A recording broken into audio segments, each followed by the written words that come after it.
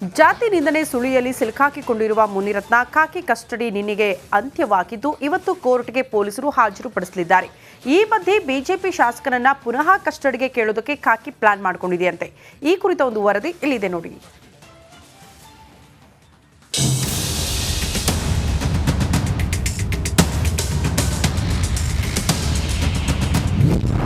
ಜಾತಿ ನಿಂದನೆ ಸುಳಿಯಲ್ಲಿ ಮುನಿರತ್ನ ಲಾಕ್. 2 ದಿನದ ಖಾಕಿ ಕಸ್ಟಡಿ ಅಂತ್ಯ. ಇಂದು ಕೋರ್ಟ್. ಗುತ್ತಿಗೆದಾರನಿಗೆ ಜಾತಿ ನಿಂದನೆ ಆರೋಪದಲ್ಲಿರುವ ಬಂಧನಕ್ಕೊಳಗಾಗಿರುವ ಶಾಸಕ ಮುನಿರತ್ನ ಪೊಲೀಸ್ ಕಸ್ಟಡಿ ನಿನ್ನೆಗೆ ಅಂತ್ಯವಾಗಿದೆ. ಹೀಗಾಗಿ ತಡರಾತ್ರಿ ಆರೋಗ್ಯ ತಪಾಸಣೆ ಮಾಡಿಸಿದ ಖಾಕಿ ಪಡೆ ಇಂದು 82ನೇ ಜನಪ್ರತಿನಿಧಿಗಳ ವಿಶೇಷ ನ್ಯಾಯಾಲಯ ನ್ಯಾಯಾಧೀಶರ ಮುಂದೆ ಹಾಜರುಪಡಿಸಲಿದ್ದಾರೆ. ನಿನ್ನೆಯೇ ವೈದ್ಯಕೀಯ ಪರೀಕ್ಷೆ ಮಾಡಿಸಿದ ಪೊಲೀಸರು ಮೊದಲು ಬೌರಿಂಗ್ ಆಸ್ಪತ್ರೆಯಲ್ಲಿ ಜನರಲ್ ಟೆಸ್ಟ್ ಅನ್ನ ಮಾಡಿಸಿದ್ರು. ಬಳಿಕ ಹೃದಯ ಸಂಬಂಧಿ ಕಾಯಿಲೆಯಿಂದ ಬಳಲ್ತಾ ಇದ್ದ ಶಾಸಕನನ್ನ ಜಯದೇವ ಆಸ್ಪತ್ರೆಗೆ ಕರೆದೊಯ್ದು 2 ಗಂಟೆಗಳ ಕಾಲ ಇಸಿಜಿ ಸೇರಿ ಕೆಲ ಮೆಡಿಕಲ್ ಟೆಸ್ಟ್ ಮಾಡಿಸಿದ್ರು. ನಂತರ ಚೇತರಿಸಿಕೊಂಡ ಬಳಿಕ ಅಶೋಕನಗರ ಠಾಣೆಗೆ ಕರೆದೊಯ್ದರು. ಮುನಿರತ್ನರನ್ನ ಪುನಃ ಕಸ್ಟಡಿಗೆ ಕೇಳಲು ಖಾಕಿ ಪ್ಲಾನ್. ಶನಿವಾರದಿಂದ ಖಾಕಿ ಕಸ್ಟಡಿಯಲ್ಲಿರುವ ಮುನಿರತ್ನಗೆ ನಿನ್ನೆ ಮೊನ್ನೆ ವಿಚಾರಣೆ ಬಿಸಿ ತಟ್ಟಿದೆ. ನಿನ್ನೆ ಮೊನ್ನೆ ಎಸಿಪಿ ಪ್ರಕಾಶ್ ನೇತೃತ್ವದಲ್ಲಿ ವಿಚಾರಣೆಯನ್ನ ಮಾಡಲಾಗಿದೆ. ಎಷ್ಟೇ ಪ್ರಶ್ನೆ ಕೇಳಿದ್ರೂ ನಂಗೇನು ಗೊತ್ತಿಲ್ಲ ಅನ್ನೋ ಅರಕೆ ಉತ್ತರವನ್ನ ಮುನಿರತ್ನ ನೀಡಿದ್ದಾರೆ ಎನ್ನಲಾಗಿದೆ. ಹೀಗಾಗಿ ಮುನಿರತ್ನ ಪುನಃ ಕಸ್ಟಡಿಗೆ ಕೇಳುವ ಖಾಕಿ ಪಡೆ ಪ್ಲಾನ್ ಮಾಡಿದೆಯಂತೆ. ಇನ್ನೆರಡು ಸಿಡಿ ಇದೆ ಎಂದು ಚೆಲುವರಾಜು ಬಾಂಬ್. ಬಿಬಿಎಂಪಿ ಗುತ್ತಿಗೆದಾರ ಚೆಲುವರಾಜು ಮುನಿರತ್ನ ಕಮಿಷನ್ ಸಂಬಂಧ ಇನ್ನೂ 2 ಸಿಡಿ ಇವೆ, ಇದನ್ನ ಬಿಡುಗಡೆ ಮಾಡ್ತೀನಿ ಅಂತ ಹೇಳಿದ್ರು. ಇನ್ನೆರಡು ಇದೆ. ಇವಾಗ ಇನ್ವೆಸ್ಟಿಗೇಷನ್ ಇರೋ ದಿವಸ ನಾನು ಕೊಡಲ್ಲ. ನಾಳೆ ಬೆಳಿಗ್ಗೆ ನಿಮ್ಮ ಮಾಧ್ಯಮ ಮಿತ್ರರನ್ನೆಲ್ಲ ಕರೆದ್ಬಿಟ್ಟು ಇನ್ವೆಸ್ಟಿಗೇಷನ್ ಆಗಿದ ತಕ್ಷಣ ನಾನೇ ಕರೆದ್ಬಿಟ್ಟು ಎಲ್ರಿಗೂ ಒಂದೊಂದು ಸಿಡಿ ಕೊಡ್ತೀನಿ. ಇನ್ನೂ 2 ಇದೆ. ವಸಂತ್ ಕುಮಾರ್ ಇದು ಆಡಿಯೋ ಇದು ಹನುಮಂತರಾಯಪ್ಪರದು ಅದೆಲ್ಲ ದಿಟ್ಟನೆ. ಅವ್ರು ಮಾತಾಡಿರೋ ದಿಟ್ಟನೆ. ನಾನು MLA ಹೊಗಳದೇ ಕೆಲಸ ಮಾಡಬೇಕು. MLA ಹೊಗಳಿಲ್ಲ ಅಂದ್ರೆ ನಾನು ಕೆಲಸ ಮಾಡೋಕೆ ಹೇಳ್ಬಿಡ್ತಾರೆ. ಈ ಆಡಿಯೋ ನಂದಲ್ಲ ಇದು ಅಂತ ಬಿಟ್ರಲ್ಲ. ಈಗ ನೆನ್ನೆ ಹನುಮಂತರಾಯಪ್ಪರು MLA ಹೊಗಳಿದ್ರು ಅಂದ್ರಲ್ಲ, ಆದ್ರೆ ಇದು ಅದು ಅವರೇ ಅದೇ ಇವರು ದುಡ್ಡು ಕೇಳಿರೋಂಥ ಆಡಿಯೋ ನನ್ನ ಹತ್ರ ಇದೆ. ಅದನ್ನು ನಾಳೆ ಬೆಳಿಗ್ಗೆ ನಾನು ರಿಲೀಸ್ ಮಾಡ್ತೀನಿ. ಪೊಲೀಸರು ನಿನ್ನೆ ಮುನಿರತ್ನ ಧ್ವನಿಯನ್ನ FSLಗೆ ಕಳುಹಿಸಿದ್ರು. ನಿನ್ನೆ ಈ ವರದಿ ಪೊಲೀಸರ ಕೈ ಸೇರಿದ್ದು ಇಂದು ಕೋರ್ಟ್ಗೆ ನೀಡುವ ಸಾಧ್ಯತೆ ಇದೆ.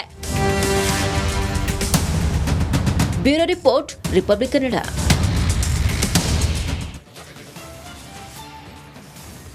ಮಂಗಳೂರಲ್ಲಿ ಮತ್ತೆ ಧರ್ಮ ದಂಗಲ್ ಶುರುವಾಗ್ಬಿಟ್ಟಿದೆ. ಕಿಡಿಗೇಡಿಗಳ ಆ ಒಂದು ಆಡಿಯೋದಿಂದ ಕರಾವಳಿ ನಿಗಿ ಕೆಂಡವಾಗಿದೆ. ಕಡಲ ನಗರಿಯಲ್ಲಿ ಕೇಸರಿ ಕಹಳೆ ಮೊಳಗಿಸಿದೆ. ಪರಿಸ್ಥಿತಿ ನಿಯಂತ್ರಣ ಮಾಡುವುದಕ್ಕೆ ಪೊಲೀಸರು ಹರಸಾಹಸ ಪಟ್ಟಿದ್ದಾರೆ. ಈ ಕುರಿತ ಒಂದು ವರದಿ ಇಲ್ಲಿದೆ ನೋಡಿ.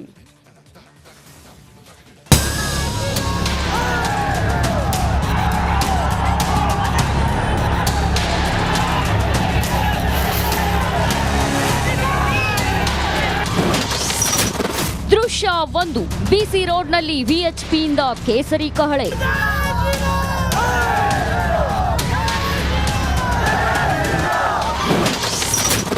ದೃಶ್ಯ 2. ಬ್ಯಾರಿಕೇಡ್ ಕಿತ್ತು ಹಿಂದೂ ಕಾರ್ಯಕರ್ತರ ಕಿಡಿ.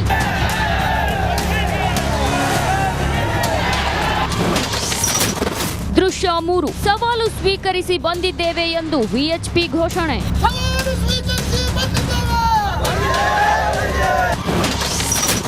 ದೃಶ್ಯ 4. ಪರಿಸ್ಥಿತಿ ನಿಯಂತ್ರಣಕ್ಕೆ ಪೊಲೀಸ್ ಹರಸಾಹಸ.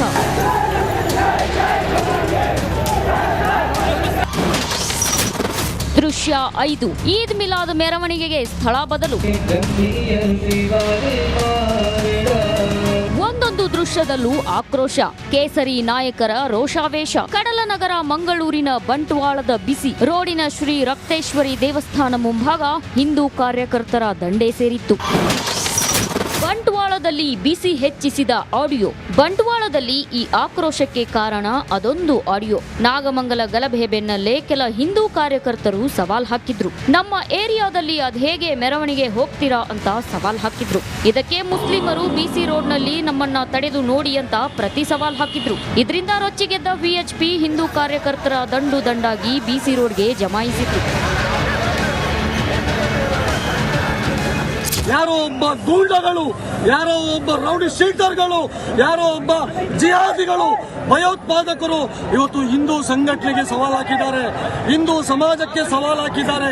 ದಕ್ಷಿಣ ಕನ್ನಡ ಜಿಲ್ಲೆ ಇದು ಹಿಂದುತ್ವದ ತವರೂರು. ಇಲ್ಲಿ ನಾವು ಸುಮ್ಮನೆ ಕುತ್ಕೊಳ್ಳುವಂತಿಲ್ಲ.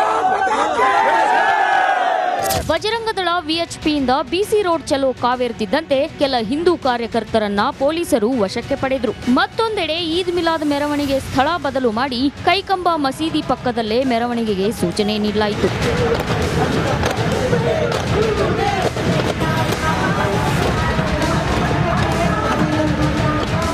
ಬದಲಿಸಿದ ಮಾರ್ಗದಲ್ಲೂ ಕೆಲ ಹಿಂದೂ ಕಾರ್ಯಕರ್ತರು ಈದ್ ಮಿಲಾದ್ ಮೆರವಣಿಗೆ ತಡೆಯೋಕೆ ಯತ್ನಿಸಿದ್ರು. ಕೂಡಲೇ ಪೊಲೀಸರು ನೆರೆದಿದ್ದವರನ್ನ ಚದುರಿಸಿದ್ರು.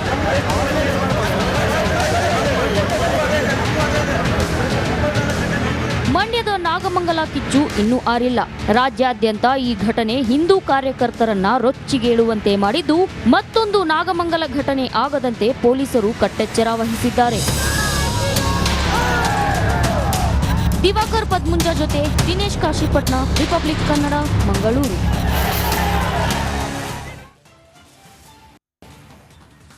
ಇಂದು ಪಾಂಡವಪುರ ಪೊಲೀಸ್ ಸ್ಟೇಷನ್ ಅಕ್ಷರಶಃ ಯುದ್ಧ ಭೂಮಿಯಾಗಿ ಮಾರ್ಪಟ್ಟಿತ್ತು. ನಿನ್ನೆ ಹಿಂದೂ ಕಾರ್ಯಕರ್ತರ ಆಕ್ರೋಶಕ್ಕೆ ಪೊಲೀಸರು ಬೆಚ್ಚಿ ಬಿದ್ದಿದ್ರು. ಹಾಗಾದ್ರೆ ನಿನ್ನೆ ಪಾಂಡವಪುರದಲ್ಲಿ ಆಗಿದ್ದೇನು, ಪೊಲೀಸರು ಮಾಡಿದ ಆ ಎಡವಟ್ಟೇನು, ಆ ಕುರಿತ ಸ್ಟೋರಿ ಇಲ್ಲಿದೆ ನೋಡಿ.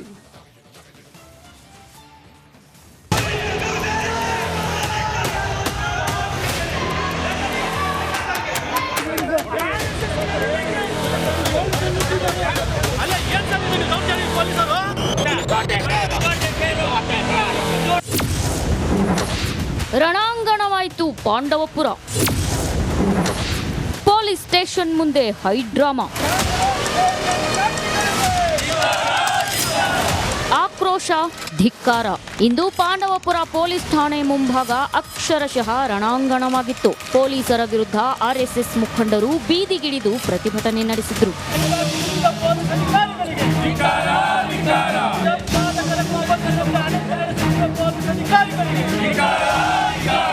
ನಾಗಮಂಗಲ ಗಲಭೆ ಹಿಂದೂ ಕಾರ್ಯಕರ್ತರಲ್ಲಿ ಕಿಚ್ಚು ಹಚ್ಚಿದೆ. ಇದೇ ವಿಚಾರವಾಗಿ ನಿನ್ನೆ ಪಾಂಡವಪುರದ ಆರ್ಎಸ್ಎಸ್ ಕಚೇರಿಗೆ ಬಜರಂಗದಳ ವಿಎಚ್ಪಿ ಮುಖಂಡರ ಬಂಧನಕ್ಕೆ ತೆರಳಿದ್ದ ಪೊಲೀಸರು ಶೂ ಧರಿಸಿಕೊಂಡೇ ಕಚೇರಿಯಲ್ಲಿ ಓಡಾಡಿದ್ದಾರೆ.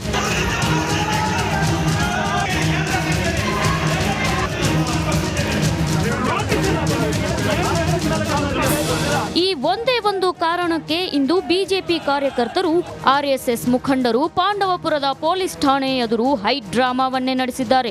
ನಿನ್ನೆ ರಾತ್ರಿಯಿಂದಲೂ ಕೂಡ ಪೊಲೀಸರು ಮತ್ತೆ ಸ್ವಯಂ ಸೇವಕರ ನಡುವೆ ಒಂದು ರೀತಿಯಲ್ಲಿ ಜಟಾಪಟಿ ನಡೀತಾ ಇದೆ. ನೋಡಿ, ಆ ಜಟಾಪಟಿ ಎಲ್ಲಿವರೆಗೂ ಇತ್ತು ಅಂತ ಹೇಳಿದ್ರೆ, ಪಾಂಡವಪುರ ಪೊಲೀಸ್ ಠಾಣೆಯ ಎದುರು ಇವತ್ತು ಪೆಂಡಾಲ್ ಹಾಕಿ ಬೆಳಿಗ್ಗೆಯಿಂದಲೂ ಕೂಡ ಸ್ವಯಂ ಸೇವಕರು ಪ್ರತಿಭಟನೆಯನ್ನ ಮಾಡುತ್ತಿದ್ದಾರೆ. ಬಿಜೆಪಿ ಕಾರ್ಯಕರ್ತರು, ನಾವು ನಮ್ಮ ಕಚೇರಿಯನ್ನ ದೇವಸ್ಥಾನ ಎಂದುಕೊಂಡಿದ್ದೇವೆ, ನಮ್ಮ ಭಾವನೆಗೆ ಧಕ್ಕೆ ತರುವ ಕೆಲಸವಾಗಿದೆ, ಡಿವೈಎಸ್ಪಿ ಹಾಗೂ ಇನ್ಸ್ಪೆಕ್ಟರ್ ಇಬ್ಬರನ್ನು ಸಸ್ಪೆಂಡ್ ಮಾಡಬೇಕು ಅಂತ ಆಗ್ರಹಿಸಿದ್ದಾರೆ. ಎಷ್ಟು ದಾಷ್ಟ್ಯದಿಂದ ಆ ವ್ಯಕ್ತಿ ನಡ್ಕೊಂಡಿದ್ದಾನೆ ಡಿವೈಎಸ್ಪಿ ಅಂತ ಅಂದ್ರೆ, ನಮ್ಮ ಸಂಘದ ಸ್ವಯಂ ಸೇವಕರು ಮತ್ತೆ ನಮ್ಮ ಪ್ರಚಾರಕರನ್ನ ಅವ್ಯಾಚವಾಗಿ